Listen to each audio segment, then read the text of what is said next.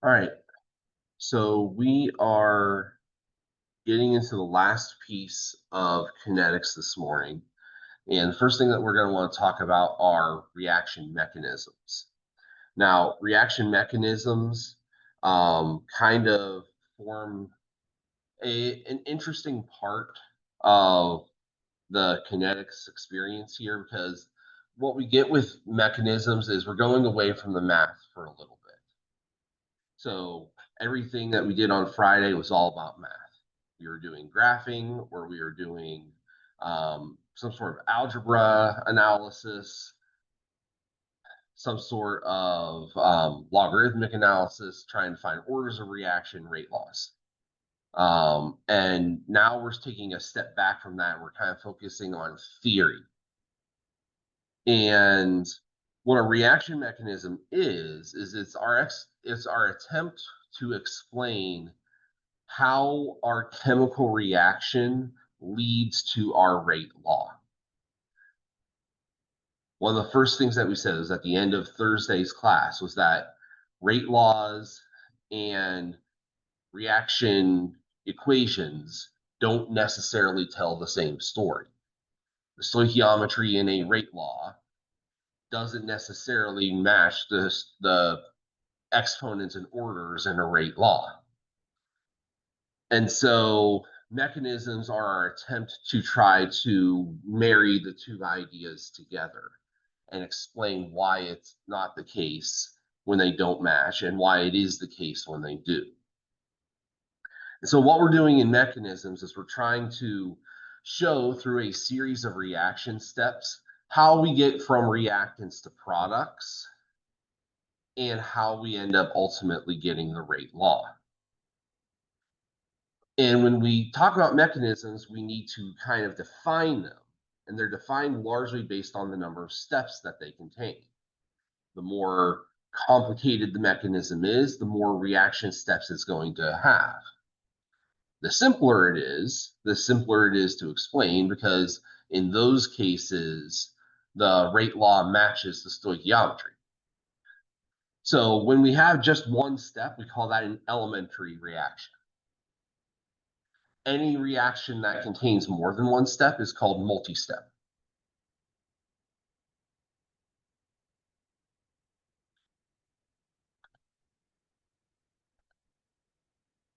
And so we're going to start with elementary reactions because they are simpler.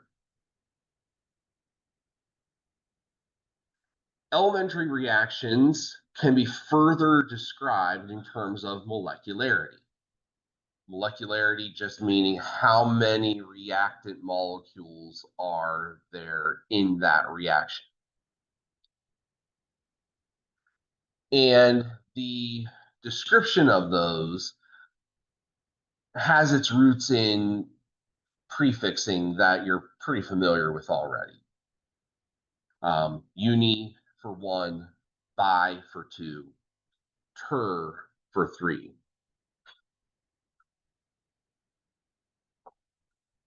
So a unimolecular reaction would be basically a decomposition reaction where you've got one molecule involved and it is breaking down into other molecules. A bimolecular reaction would be where we have two molecules that are colliding with each other. And a termolecular reaction would be one where we had three molecules that were reacting with each other. Now we need to call back to Thursday when we talked about the collision model. The idea that in order for a chemical reaction to take place, the molecules in question have to collide, and they have to collide not only with the proper energy, but with the proper orientation toward each other. And so, as you might imagine, as our molecularity increases, the probability of getting an effective collision is going to go down considerably. In a unimolecular reaction, all that we have to have is proper energy. We don't actually need collisions. In a bimolecular reaction, we need collisions and they need to have proper energy and orientation. In a termolecular, we need that too, but I want you to have a picture in your head here Imagine that you're over in the bowling center and you're playing pool, or better yet, you're just messing around with your friends at the pool table, and you just start grabbing balls out of the pockets and you just start throwing them against the walls to each other. Well, the chances of you and your friend smacking two balls into each other is relatively high. Now imagine that you had to try to introduce a third ball. And not just that the third ball has to collide with one of the other balls, but that the third ball has to collide with the first two all at the same time. This is starting to sound like a trick shot video. Now imagine that you have to put in a fourth person or a fifth person. The more people that you add to the scenario, the harder it's going to be to get all of those balls to hit each other. And then furthermore, with a billiard ball, there is no orientation to consider. They're just hard spheres. Imagine that they had a sidedness to them. Imagine that you're picking up stripes and you had to make it that all the stripes had to come into contact with each other at that moment of impact. And it wasn't just that they could glance off of any part of the ball, but it had to be the stripes, or it had to be the dot on it that contained the number. That's what we're getting to in terms of probability counts. It's not just enough that they collide, they have to have proper energy and they have to have proper orientation. And the more stuff that we add to the mix, the harder it's going to be to get that, even if we are at the proper energy.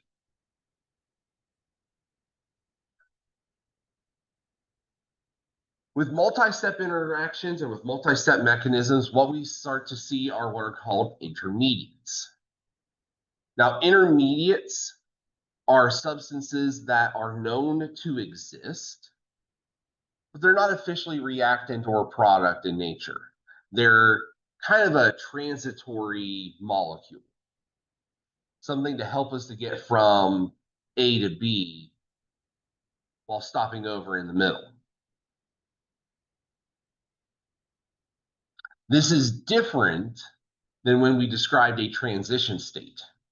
A transition state is kind of that thing that forms right as the molecules are coming together, and it's the highest energy part of any interaction.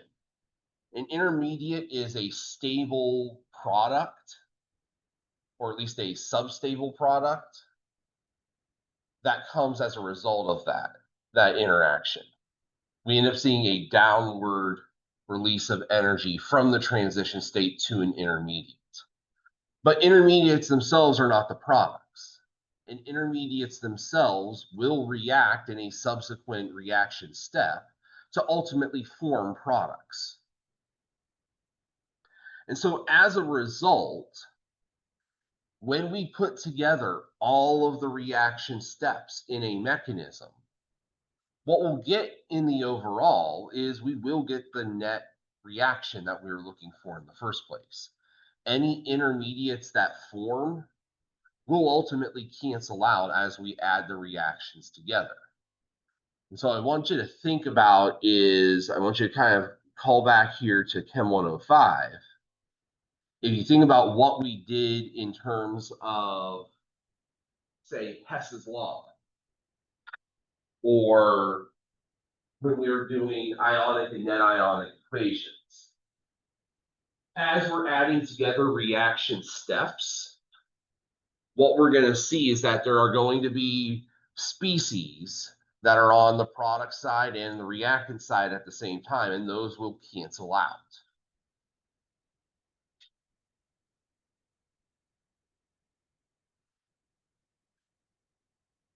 So this is an example of a reaction diagram of a two-step mechanism. And so here we have step one of the mechanism.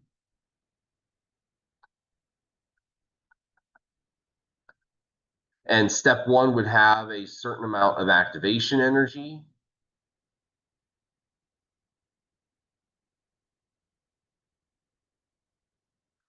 And we can see here that we are forming an intermediate in that particular reactant phase right there. And we can see that this intermediate exists between the two reaction steps, because here is step 2 of the reaction, and it does have an activation energy as well. And this time, the result of this reaction step is that we get our final product.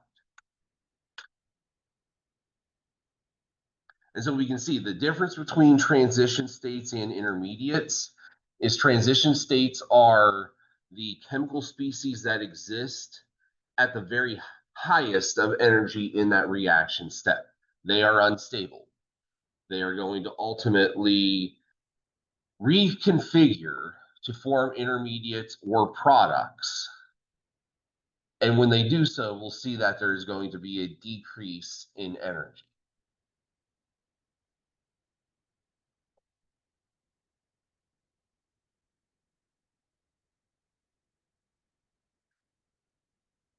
Now, there are other things that we can say in looking at this particular diagram. One thing that we'll talk about with reaction coordinate diagrams and with mechanisms is the idea of, well, which reaction step is actually the one that would impact the speed of the reaction the most? And by looking at this diagram, we've got a pretty good idea of it. Now, I haven't told you the secret yet, but just based on your own intuition here, which step 1 or 2, would you think would have the biggest impact on whether this reaction goes fast or slow?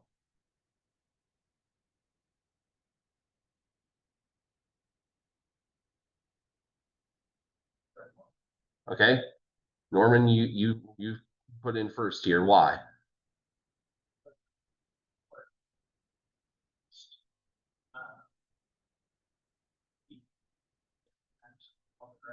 Yeah, yeah. So your instinct is right there. That step 1 has the highest activation energy, and it has so by quite a bit. So that's going to be the biggest energy barrier to overcome. That's going to be the thing that is probably the most likely to determine whether this reaction is a fast one or a slow one.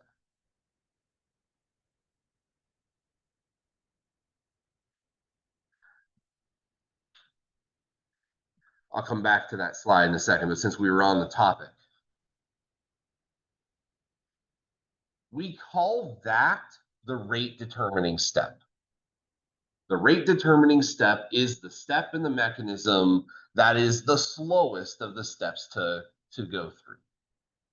And because of its relative speed or lack thereof, we know that every other reaction part of the mechanism is going to go fast by comparison. So when we start to concern ourselves with the ideas of rate laws,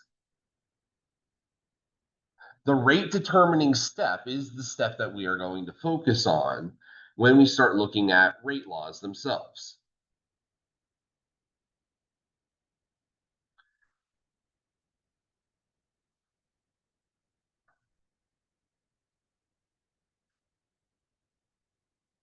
And it is this rate determining step that ultimately dictates to us the rate law for the reaction.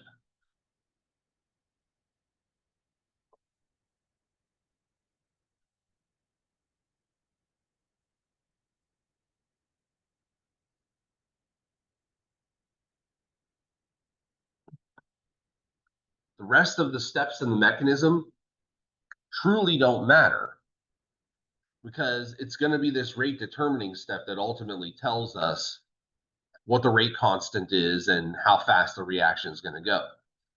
You've heard the expression that a chain is only as good as its weakest link. Well, that works in kinetics too. A reaction can only be fast as its slowest step.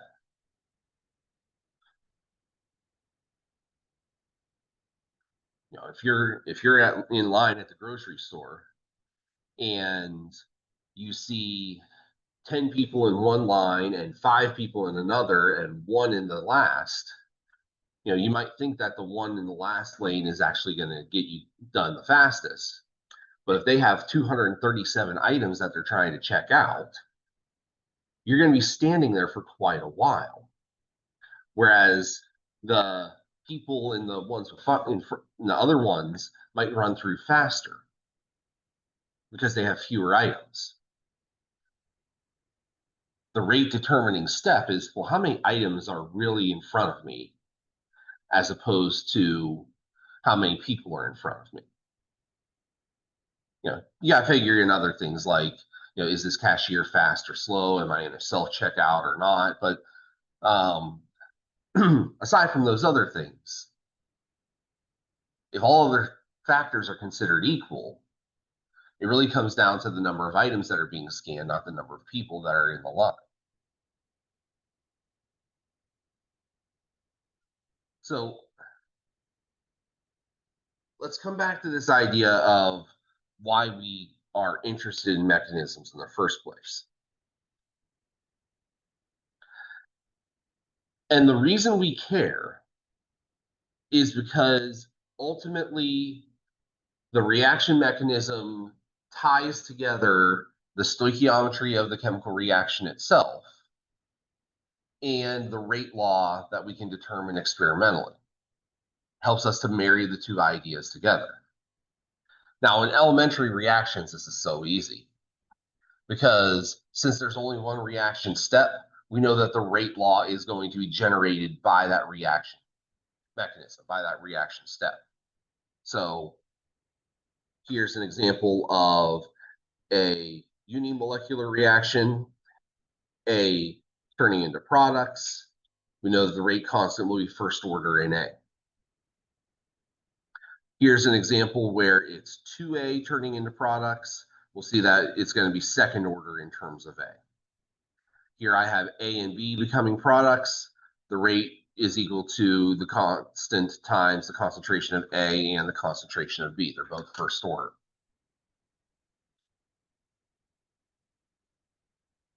When we get into the multi-step mechanisms, that's when we have to be concerned with rate determining step and can get a little bit more complicated as a result. And so there are two scenarios that we want to focus on when trying to figure out what's going on in terms of rates and rate laws. So the reaction that we are interested in here is nitrogen dioxide reacting with carbon monoxide to make nitrogen monoxide and carbon dioxide. Now, a proposed mechanism for this reaction is given to us below. We're told that in the first step, two nitrogen dioxide molecules collide with each other, and the result is we get NO3 and nitrogen monoxide. And right away, we should look at this and go, okay, hey, nitrogen monoxide, that's one of our products. This reaction is said to be slow. Now, in a mechanism, we want to equate slow with the rate determining step. So this is ultimately going to be the thing that generates our rate law. But a mechanism is not complete until we've gotten rid of all of the intermediates and we've generated the reaction that we are wanting. And so this mechanism proposes that this NO3 that was formed, which is not in the reaction itself, this NO3 that was formed reacts pretty immediately with carbon monoxide to create nitrogen dioxide and carbon dioxide. And so what we can see here is that the formation of this nitrogen dioxide product is going to cancel out one of the nitrogen dioxides that we had initially. and that this NO3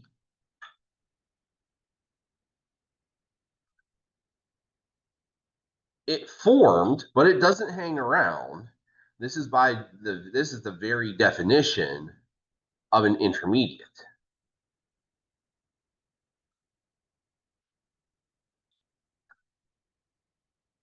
So nitrogen trioxide is an intermediate here.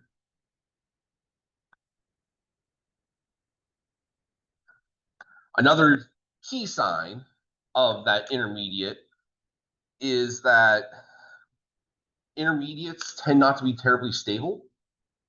And so the fact that this is disappearing relatively fast is also a really good sign of that intermediate being present as well.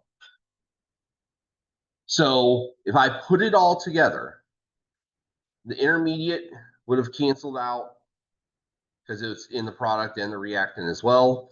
I have nitrogen dioxide and carbon monoxide, which is what I'm supposed to have, turning into nitrogen monoxide and carbon dioxide, which is what I'm supposed to have as well. Since the first step is our slow step, this is the one that determines our rate law. Our rate law would be rate is equal to the rate constant times the concentration of NO2 times the concentration of NO2. Both of those are reactants, so that's perfectly okay. Now you might be looking at them and going, well, wait a second, they're the same thing. And you're right. So we can simplify this.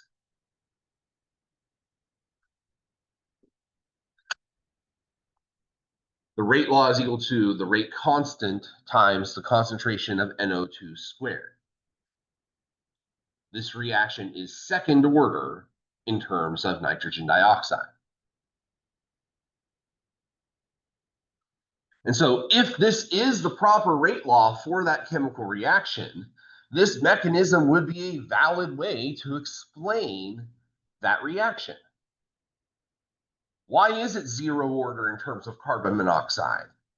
Why is it second order in terms of nitrogen dioxide? Well, the answer is this. This is the mechanism that is a likely response to that rate law.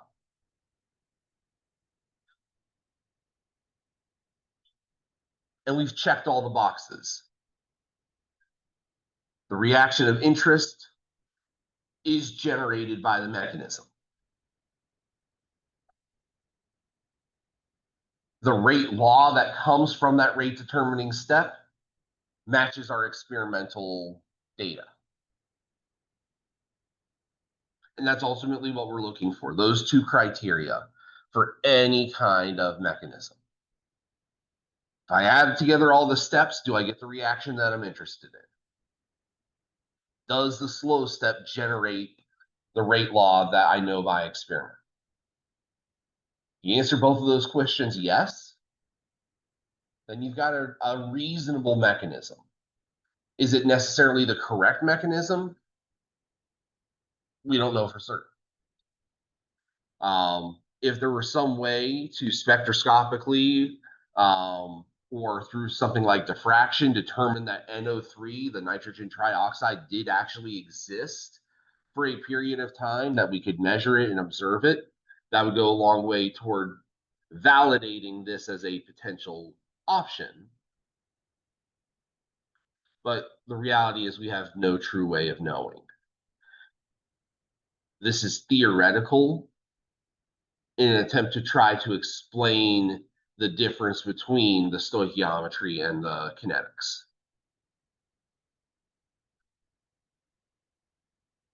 So that's one kind of mechanism that we can make.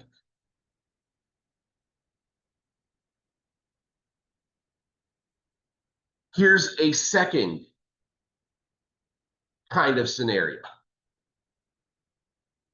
So in this reaction, we've got two nitrogen monoxide reacting with bromine to make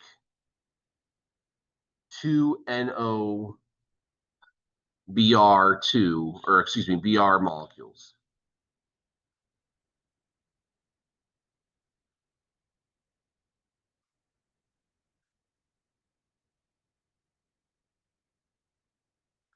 And so the first thing that we would want to do is we want to validate, does the mechanism generate what we're interested in? And I can look at this and say, okay, NOBR2 is in both sides here. It would cancel out. So nothing else cancels out. I have two NOs and a BR2. That looks good. I have two NOBRs. That looks good. So the mechanism has generated the reaction of interest. So far, so good. Now, how do we go about determining the rate law?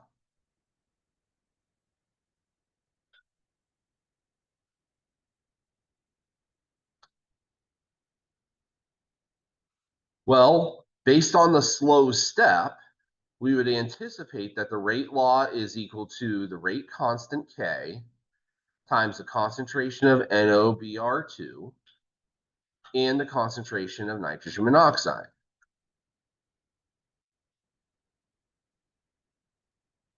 Because again, we start with the slow step. And we generate our rate law off of that slow step. And so our slow step says, okay, it's first order in terms of the intermediate, and it's first order in terms of nitrogen monoxide. It must be a first order, or it must be a second order reaction.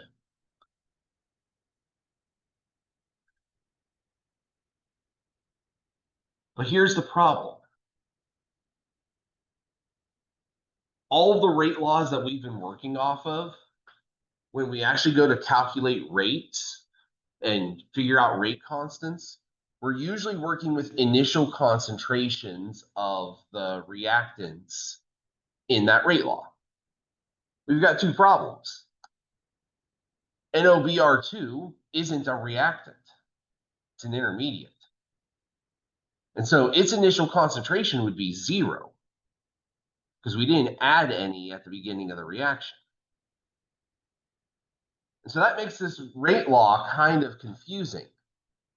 How do I use a rate law where the initial concentration of one of the components is 0, and I don't have a good way of measuring the concentration of the intermediate ever?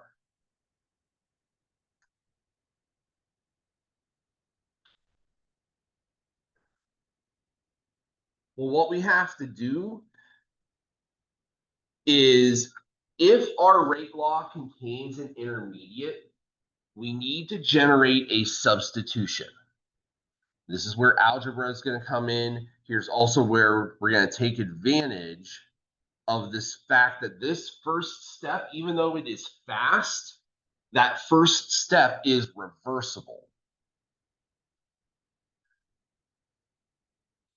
Now I'm going to spoil a little bit of tomorrow's introduction for you here. Reversible steps have a tie into kinetics. When a step is reversible, the forward reaction and the reverse reaction are equal to each other. That's what makes them reversible. So if I go back to that first step, if I want to look for the R for step 1, I know that it is equal to K for the forward first step times the concentration of nitrogen monoxide times the concentration of bromine.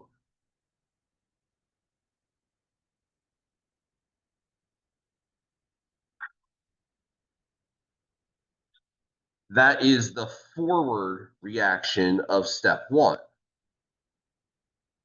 Now, the reverse reaction of step 1 would have the nitrogen, the intermediate here, breaking down into those two reactants. So R minus 1, the reverse reaction, would be equal to K minus 1 times the concentration of the NOBR2.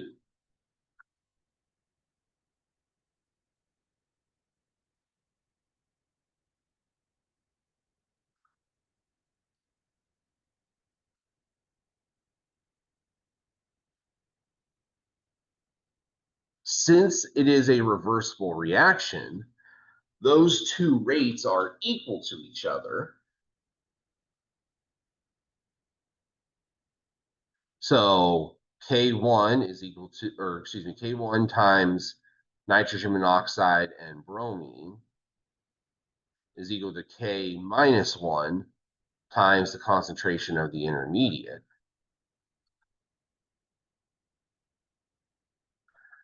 And so if I isolate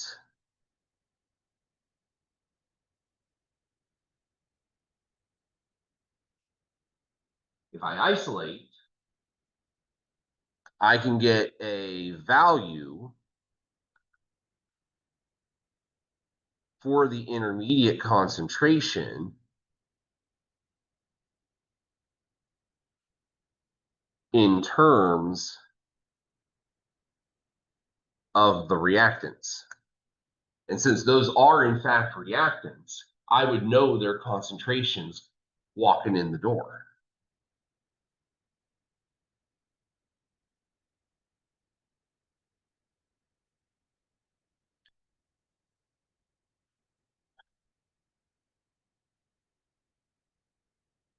Taking this information and substituting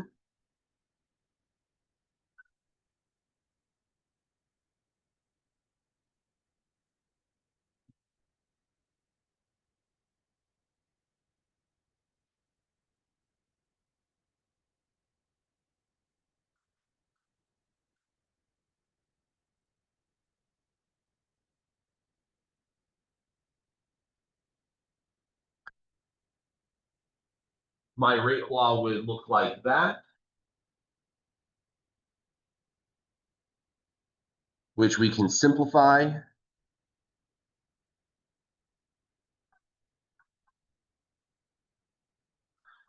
K2 times K1 over K minus 1, well, that would just be the rate constant that we observe in the reaction. And since I have two nitrogen monoxides here, that would be second order, and the bromine would be first order. So this is, in fact, a termolecular reaction, a third order overall reaction mechanism. But the way that we get to that third order there, we don't have to have three molecules colliding into each other at the same time. What we get instead is we have a fast first step that's reversible that leads to a second step through that intermediate. And so when we start to see our molecularity increasing above 2, we usually tend to see multi-step reactions as a result, where that multi-step nature comes as a result of some kind of mechanism or series of steps that are fast that precede the rate determining step. And we're able to substitute our way in to get to the rate law that we're interested in the first place.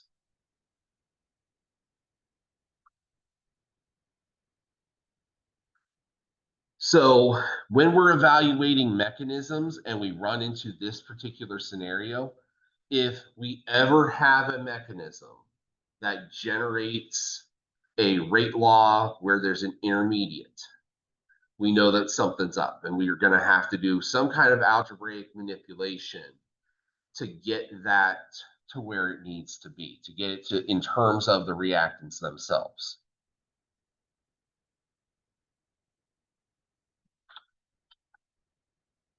All right. Any questions here now?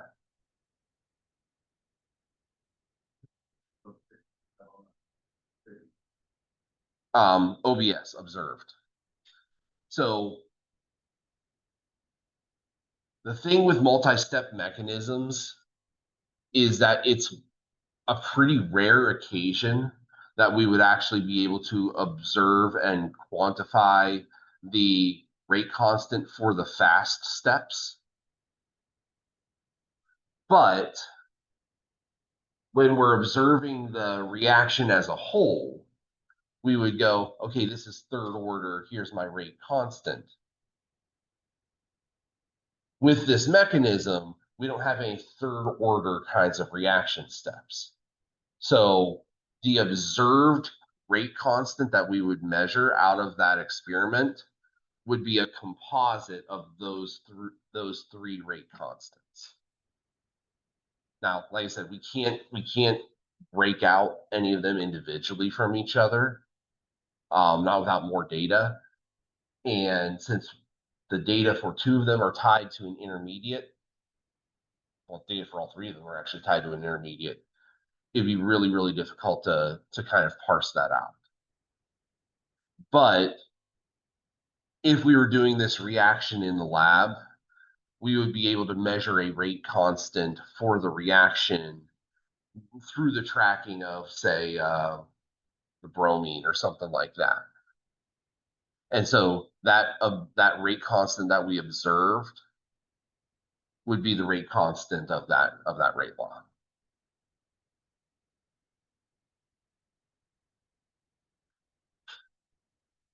All right, let's take a look at an example here. Here is a proposed mechanism for the decomposition of dinitrogen pentoxide to nitrogen dioxide. There are three elementary steps. First thing that we want to do, we got to determine what the rate law is. Now, before we can do any of that, let's validate that this mechanism is even a possibility in the first place. So let's go ahead and do some identification of intermediates. N4010, that's an intermediate. It's formed here and reacted later. N2O3 formed here and reacted later. Ozone formed here, reacted later. The things that are not highlighted, 2 dinitrogen pentoxides, which we need, 4 overall nitrogen dioxides, 2 in this reaction and 2 in this one, and oxygen gas. So this particular reaction mechanism has 3 intermediates, but it does generate the overall reaction that we're seeking to understand.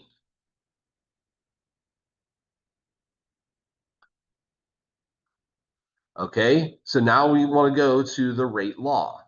The rate law, based on this mechanism, the slow step, the rate determining step, is this middle step.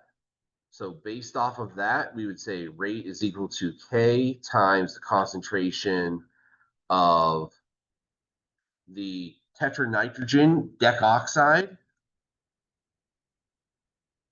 But right away, we should recognize that tetranitrogen decoxide, that's an intermediate.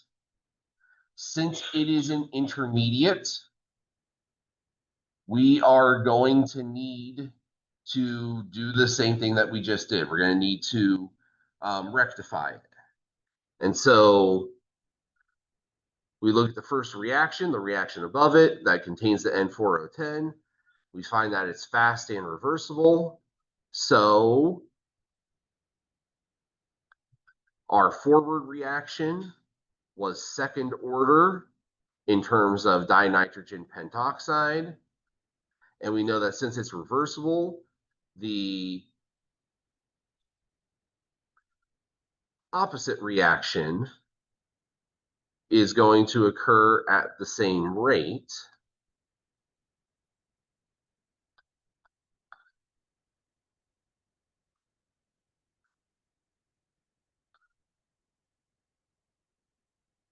So isolating the intermediate,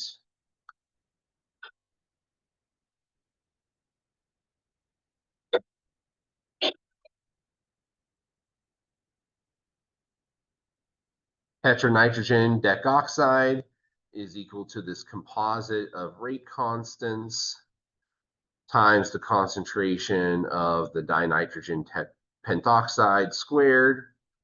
And so we can substitute those in here.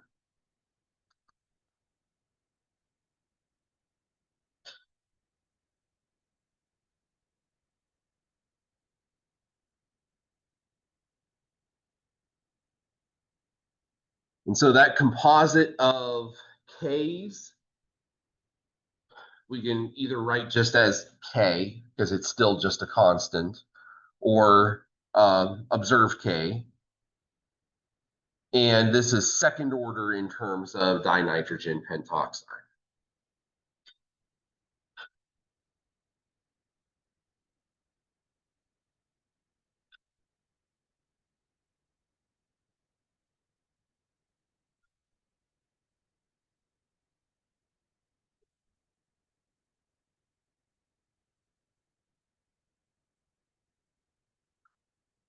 So the thing with this is,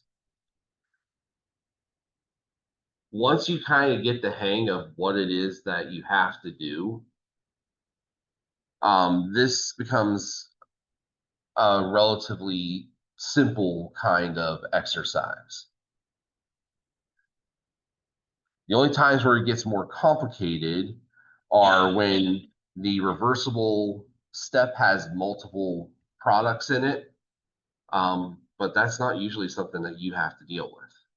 Again, that's something that you would see in a higher level kind of class. And in those cases, you've got to get into some more detailed kinds of work. It's not just algebra that's going to get you through it.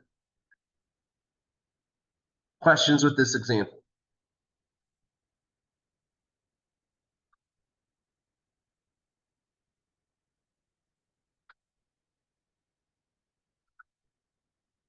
All right, let's try this one then. Let's figure out the overall net reaction and the rate law based off of the mechanism given. So first thing that we want to do is we want to identify intermediates. We can see that dinitrogen dioxide is present as a product and then again as a reactant. So that is an intermediate. Nothing else cancels out. So the overall reaction would just be the blending of these two nitrogen monoxides and bromine, making 2NOBr. Now, if you're saying to yourself, well, wait a second, this sounds really familiar. Didn't we do this one already? The answer is kind of.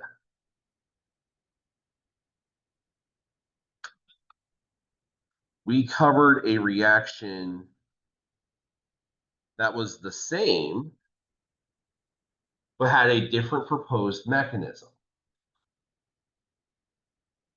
The intermediate in this one is NOBr2. The intermediate in this one is N2O2. How do we determine which one is right? We really can't. Not unless we are able to somehow isolate the intermediate and figure out what it actually looks like. But from the slow step, we can determine that the rate should be equal to K times the concentration of N2O2 times the concentration of bromine.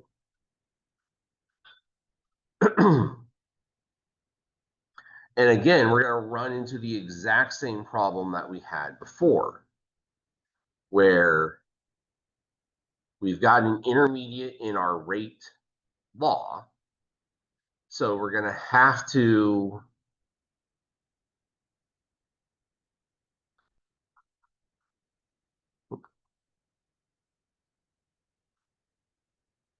forward reaction, K1 times NO squared is equal to reverse reaction, K negative 1 times the intermediate.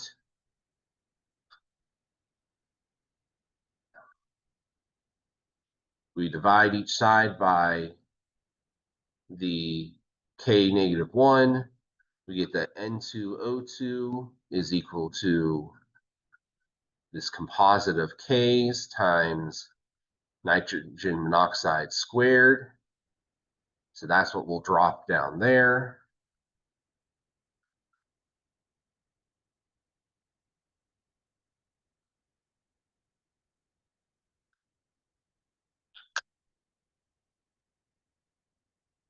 We end up with the exact same rate law that we did in our first example problem. And that's okay. Again, mechanisms are theoretical. There are really only two criteria to having a good mechanism. First, the reaction has to match the chemical reaction in question. Second, I have to be able to get the observed rate law from that mechanism. And so what we see in this one and in the previous one are just two different ways of trying to solve the problem. And again, without further study, we really don't have a definitive way of knowing which one is which or which one's correct.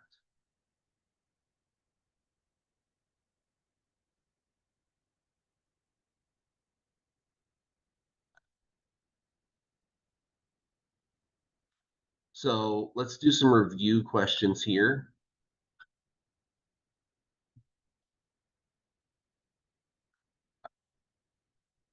So here we have a reaction mechanism for the reaction between nitrogen dioxide and carbon monoxide.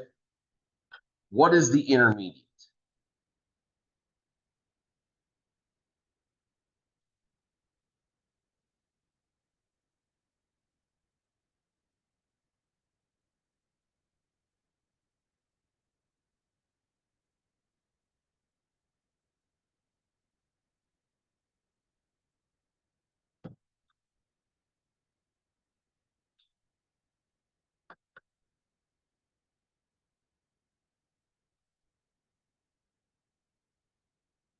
All right, we all said nitrogen trioxide, and that is the correct answer. Okay.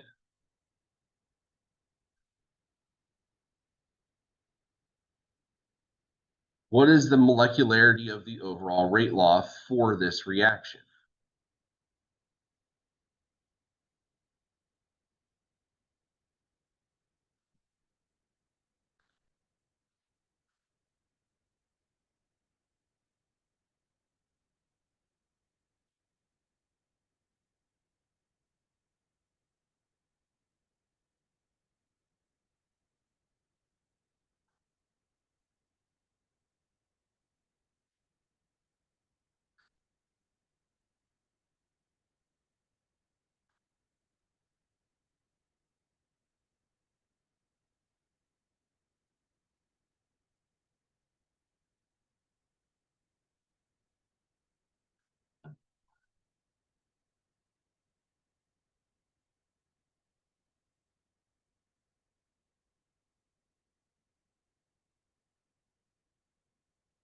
So to answer this question, we have to figure out what the overall rate law is first, and then we can answer questions about its molecularity. So this is a two-step mechanism. Which step should I focus on to determine the rate law?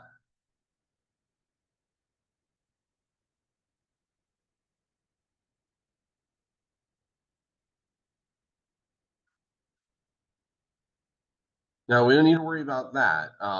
That would be getting rid of the intermediates would satisfy the first test, trying to figure out does the mechanism match the reaction equation. I'm looking for rate law here. If I'm going to use this to generate a rate law, which mechanism step do I need to focus on? Raya, you said it. It's the slow step. So the slow step or the rate determining step is the one that we're going to use to figure out the rate law. So based off of the slow step, this reaction is second order in terms of nitrogen dioxide. Now, to get to Gabe's point, yes, we have to cross out the intermediates.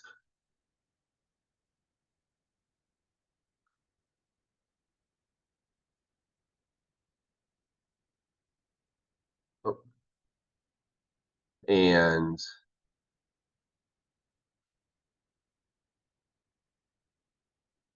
recognize that NO2 is used twice, even though it only appears once in the reaction.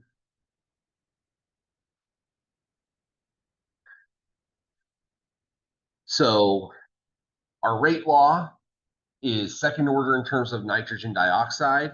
Is nitrogen dioxide actually a reactant?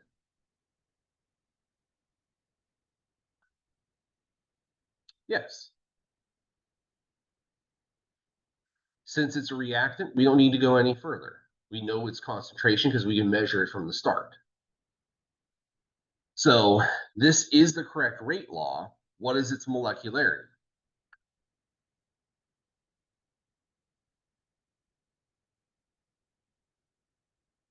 How many things have to bump into each other? 2. So its molecularity would be 2 or bimolecular.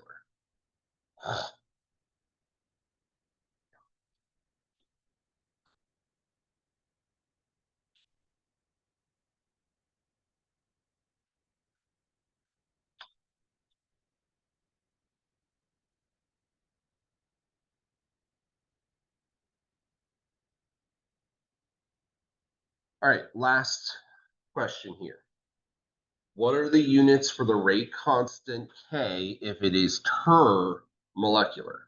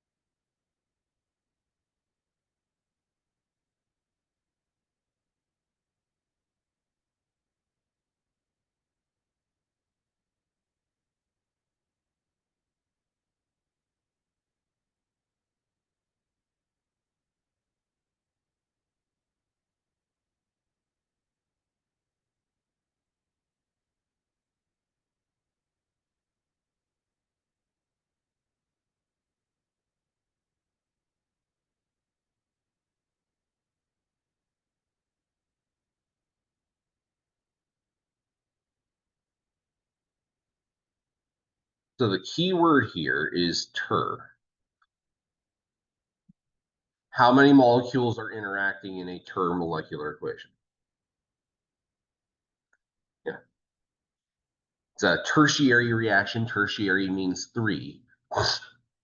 So 3 molecules, which means that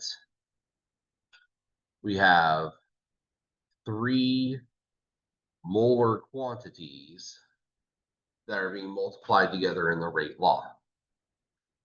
And so the way to approach this is if our rate is in molar per second, our rate constant is going to be molar per second times 1 over the overall order,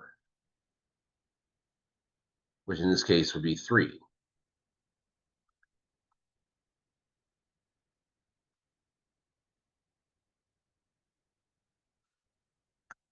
So the molarity will cancel out with one of those to give us 2. So it's going to either be expressed something like this or something like that, per molar squared per second.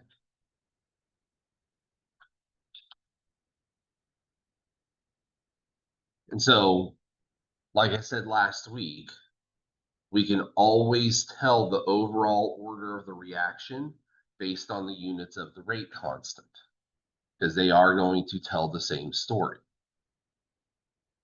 And so every time we add on an additional multiplier, we have to divide that rate constant by additional molar concentration. So for zero order, we divide it by none, so it stays as molar per second. For first order, we divide by 1, so it's just 1/seconds. The molars canceled out. For second order, it's 1/molar seconds. And then for third order, it'd be molar squared. So every time we just add one more, just add one more, just add one more to that denominator. All right, let's take a break. And when we come back, we will finish up kinetics and talk about the last two things that impact reaction speed that we haven't talked about yet: temperature and catalyst. So let's come back at 10:25, or excuse me, 9:25, and we'll finish up there.